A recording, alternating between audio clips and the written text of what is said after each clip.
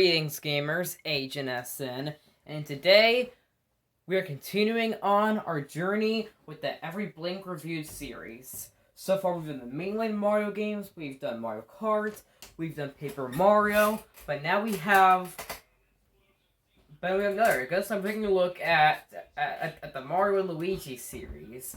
This is my personal favorite Mario spin-off series, so I'm really excited to take a look at this.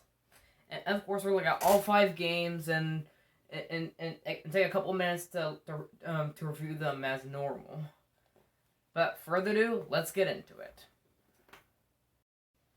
So next up, or I guess first off, is Mario & Luigi Superstar Saga, which was released for the Game Boy Advance and it was later remade on the 3DS. And overall, I love this game, and it's my second favorite in the entire series. In fact, I could go by far to consider this game a masterpiece. I mean, it's perfect. I mean, it's definitely a wonderful start to the series by introducing the brothers and giving Luigi a turn in a Mario Luigi RPG. And we liked how interesting the Bean Kingdom is, and it even introduced probably one of my favorite Mario villains, Fawful. Yes, this game brought in Fawful, who later got introduced again in Bowser's Inside Story, which we're gonna get to in just a minute.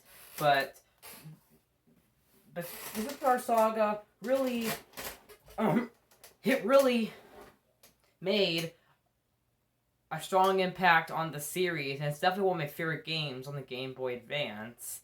And I really like the gameplay. The battle system's very good. The combat's pretty good, and I love how and I love the mechanics in it and the way it plays. And the story is really interesting as well, and it's definitely really cool.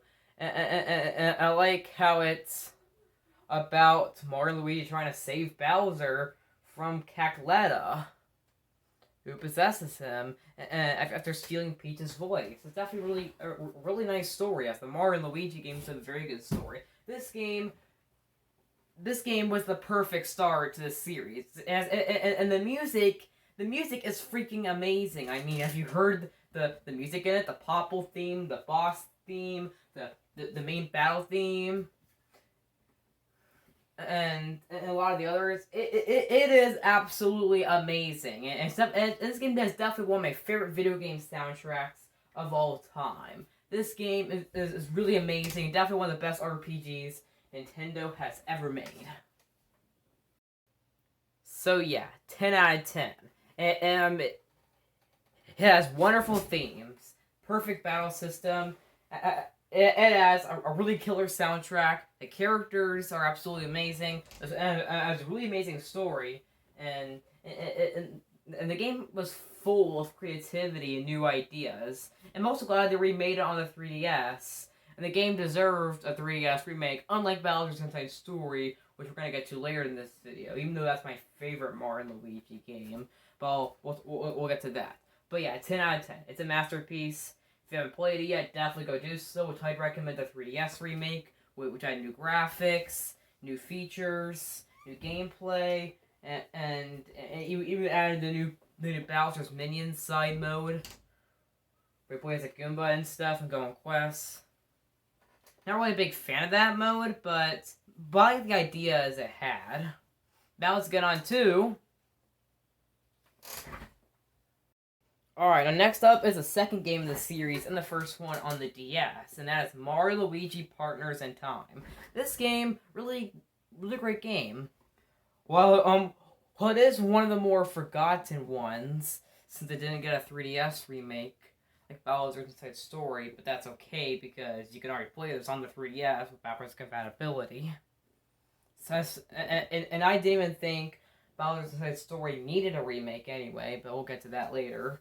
But Partners in Time, really excellent game. It was definitely a good start to the series on a new console. I really like how they managed the dual screens, and the babies are really fun to control with their grown-up versions. I really love, too, how it even... I love the story in it, too. And sorry for messing with my camera for a minute, but I like the story a lot too, and it's very interesting as well in this one, as it has EGAD again for Luigi's Mansion. So if you liked EGAD from Luigi's Mansion, well, he's back in this game. Well, I find it weird that the Bros attacks are now items instead of what they were in the first game and the rest of the series, which we'll get to the rest later. This game's still a good game. I mean, it's not perfect.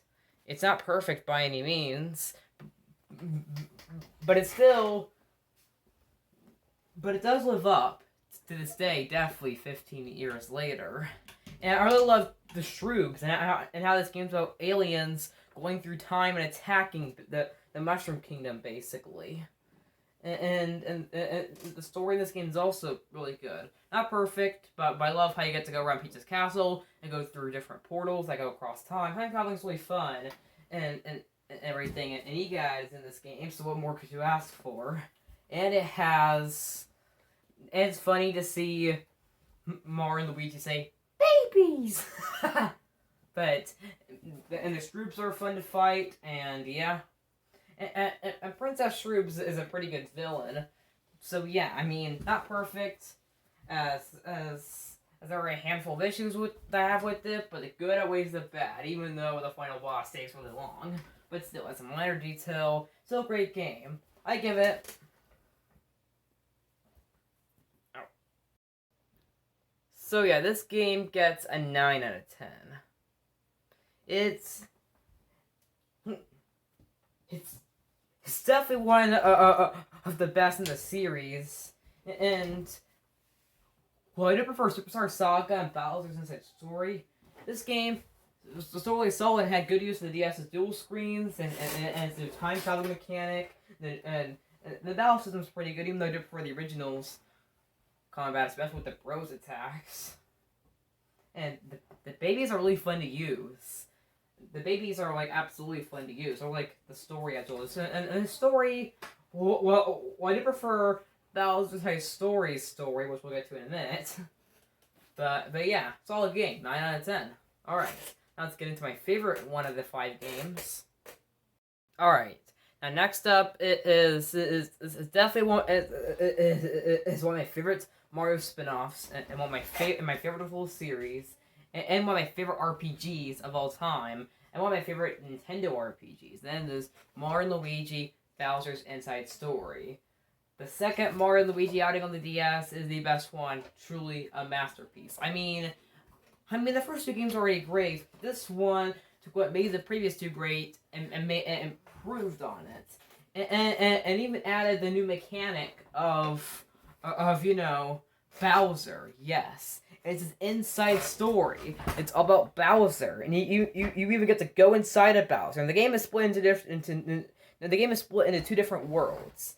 As well, we'll be playing as Bowser sometimes, exploring the Mushroom Kingdom, trying to take down the evil Fawful to claim back his castle. And yes, Fawful's back from Superstar Saga. This time as the main antagonist character. We're trying to take over the Mushroom Kingdom after the big blorbs disease takes over. And on the other side, Bowser inhales Mario and Luigi for some reason, and they go inside his body. So, while that sounds gross, it's actually not, and it's actually really cool getting to play as Bowser in the Mushroom Kingdom and Mario and Luigi inside of Bowser's belly. So you'll be going inside of Bowser's belly, exploring it. Well, or it's not just his belly, I guess, but you're going through Bowser's entire body, exploring it, helping him out on different quests and stuff, and attacking things inside of there. It is absolutely fun. It's a blast, and this game has so much creativity, so many original ideas. I don't know who thought of taking a Magic School Bus episode and reskinning it with Mario characters, or I guess making a game out of it with Mario characters. I don't know who thought of that idea, but I honestly like it. It is really amazing. Like I said, The idea of Mario and Luigi going inside Bowser's body is mostly recognized by Magic School Bus episode. That's totally fine because this game is absolutely fun, and the dual screen touchscreen features have really good use in this. I also love the giant battles where you get to tilt the DS vertically and attack us like Giant Bowser. They also brought that back too with Giant Luigi and Dream Team, but we'll get to that next. Yeah, this game is a masterpiece. The music's pretty good too. I did prefer Superstar Saga's soundtrack. Still really amazing game. And like I said, just like a Superstar Saga, this game also got a remake on the 3DS, and that is the definitive version, the one I recommend, as it has new graphics, even though it's a worse frame rate, since they wanted better graphics, obviously, especially for the giant battles. But you know, this is still a really great game, and it's really perfect. And also, and in the 3DS remake, they also added a new. They added in the Bowser's minions. I mean, not minions. Sorry for all the I guess. But they also added Bowser Jr.'s Journey. This time it's all about Bowser Jr. in the new side that they added. And yeah. However, I do think that the 3DS remake was unnecessary. Because you can already play Bowser's Inside Story on the 3DS because of backwards compatibility. But otherwise, the 3DS remake is still the definitive way to play it.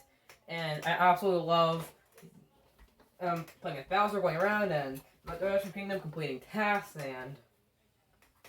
and solving different puzzles, obviously, and of course the turn-based battle system's back, and stuff. Yes, excellent game. Definitely play it if you haven't yet. But let's go give it a review score. So yes, we have our second 10 out of 10. This is masterpiece. It's definitely the best one out of the 5, and it's really sad that the Alpha Dream is bankrupt because they created something that's truly legendary, even though all 5 games are. But that's one of the most legendary out of them. This game is absolutely it's perfect. Play it. And this game is basically everything a Mario and Luigi game should strive to be. And the Bowser's Body, the 2D side-scrolling part of that also inspired the Dream World and Dream Team, which we'll get to in minutes. But yeah, masterpiece. Let's get on to the game's first. Well, let's get on to the 4th game, which was released exclusively on the 3DS. Alright, so next up is the first Mario and Luigi game with 3D graphics, Mario and Luigi Dream Team. This game, not as good as the first 3 games, still absolutely amazing game. I still think that's one of the best RPGs on the 3DS, and Alpha Dream did definitely nail it for this one. This game had a lot of new ideas. Although it is the longest of the series, and although it'll take you at least 40 to 45 to 50 hours to finish, that's totally fine, because I've played longer games, too. And there's a lot of RPGs that are that length. And yeah, and this game also has an interesting story. As the name suggests, this game's all about dreams. And this game is about Mario and Luigi going on a vacation to Pillow Island, actually, no, it's Pillow Island, but then they meet this shadowy thing called Phantasma. It's trying to steal dreams. You have to take it down throughout the game and stuff. And the biggest mechanic too is the dream mechanic. Throughout the game, you're gonna be saving Pillow Folks, and Luigi basically goes to sleep, and you have to explore, and you get to basically go inside of Luigi's brain. So if you are a fan of Psychonauts, which you're probably not, because none of you have heard of that game, but it's one of my personal favorite games of all time. That's a game where you go inside of people's minds to help save them. Well, when this has a similar thing, however, they're trying to save the Pillow Folks. This game is really, really interesting. I and I love it. I mean, it's not perfect, and but but I still think that it's really good. And the new dream mechanics is interesting. Like I said during the Bowser's Side story part, this game also the the Bowser's Body, the 2D side-scrolling part of that also inspired the Dream World in this, and the Dream World's really fun. And the music in this game is really good too. And the world of Pillow Island is really cool. I like it a lot. And although this is my second to least favorite in the series, still solid. I give it. So yeah, I give this game 9 out of 10, just like with Partners in Time. Good game, great game, not the best in the series, but I still think it's solid. I like how they brought back a lot of new mechanics about inside story. And this is also the first Mario and Luigi game I ever played. It was definitely a good introduction to this wonderful series, even though it's might not continue because Alpha Dream is bankrupt. While that aside, though, it's all a game. Okay, and now we got our last one.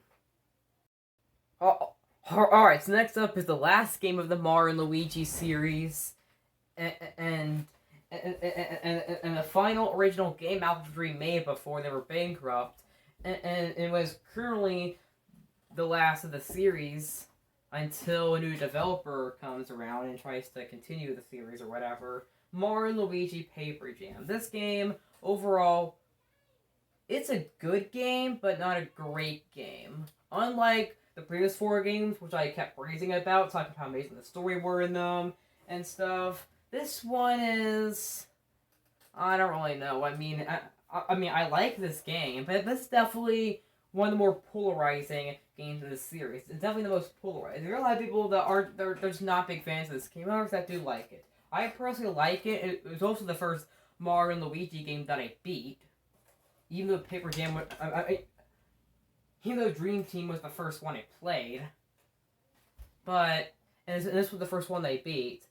But I do personally think that this game is the black sheep of the series, but it's not a bad game. This game's actually a good game. Why do you think it is the worst one? Why do you think it is my least favorite? Doesn't necessarily mean that it's bad. It may be my least favorite, but doesn't mean it's bad. It's good. But why isn't it as good as the other 4? Well, here's one thing.